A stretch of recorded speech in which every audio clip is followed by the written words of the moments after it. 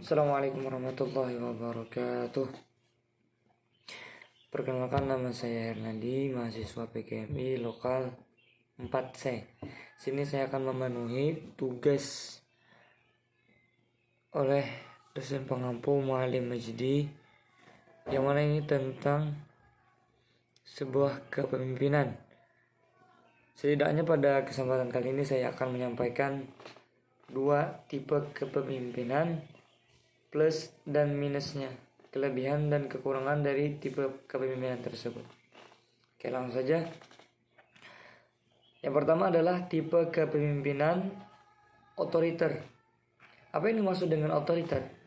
Otoriter adalah suatu gaya kepemimpinan di mana kekuasaan tertinggi dipegang oleh penguasa tersebut, dipegang oleh sesuatu orang yang tinggi yang disebut dengan penguasa.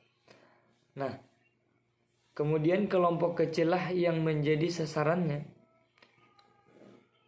Jadi ketika kepemimpinan otoriter ini adalah setiap ada penguasa, ia memiliki kepemimpinan, kemudian apa yang ia katakan dikerjakan oleh bawahannya, apa yang ia inginkan dikerjakan oleh bawahannya, maka ini yang disebut dengan otoriter. Apa yang ia kehendaki, maka itulah yang harus dikerjakan oleh bawahannya. Misalkan ia mengatakan A, maka semua anak buahnya mengatakan A, tidak ada yang mengatakan B. Maka ini yang dimaksud dengan otoriter. Nah, setelah kita mengetahui apa tadi pengertian dari kepemimpinan otoriter, maka di sini ada yang namanya kelebihan dan kekurangan. Di antaranya adalah kelebihan dari kepemimpinan otoriter.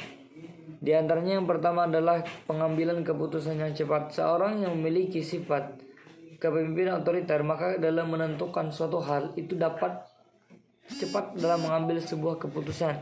Ini kelebihannya. Yang kedua, efisien manajemen krisis, penetapan tujuan yang lebih jelas. Karena orang yang otoriter akan memplanning dirinya terlebih dahulu. Oh, ketika saya melakukan hal seperti ini, maka seperti ini hasilnya. Ini dari kelebihan dari otoriter tersebut. Nah, kalau sedangkan kekurangan dari kepemimpinan otoriter ini banyak juga nih. Di antaranya yang pertama adalah dibenci banyak orang.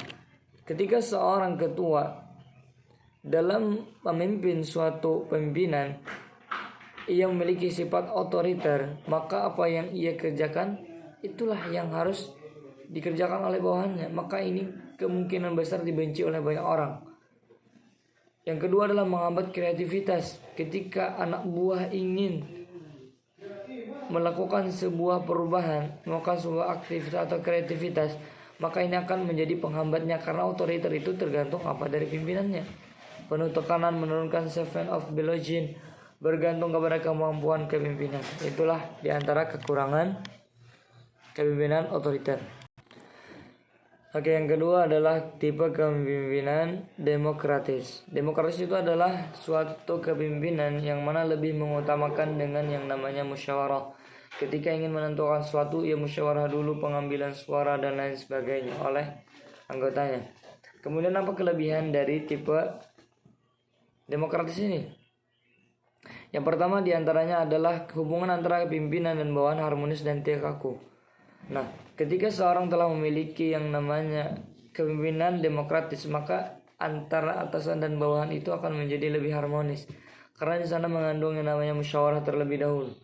Yang kedua adalah keputusan dan kebijakan diambil melalui diskusi sehingga bawahan akan merasa dihargai dan dibutuhkan peranannya. Mengembangkan daya kreativitas di bawah karena dapat mengajukan pendapat dan saran. Bawahan akan merasa percaya diri dan nyaman sehingga mengeluarkan kemampuan terbaik untuk menyelesaikan tugasnya. Nah, ini diantara kelebihan tipe demokratis. Di antaranya lagi adalah dapat membuat kreativitas bawahannya. Bawahan itu tidak kaku, tidak cuma mengikuti apa kata pimpinan dan lain sebagainya. Ini diantara kelebihan dari tipe demokratis. Sedangkan kekurangan gaya kepemimpinan demokratis, yang pertama adalah proses pengambilan keputusan akan berlangsung lama karena diambil secara musyawarah.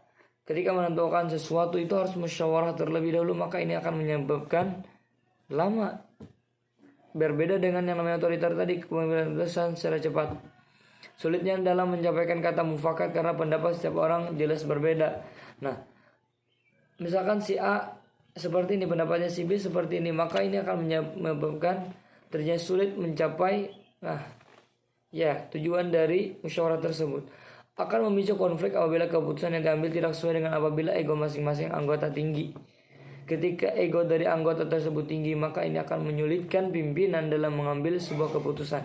Inilah plus dan minusnya dalam kepemimpinan demokratis. Syukran. Assalamualaikum warahmatullahi wabarakatuh.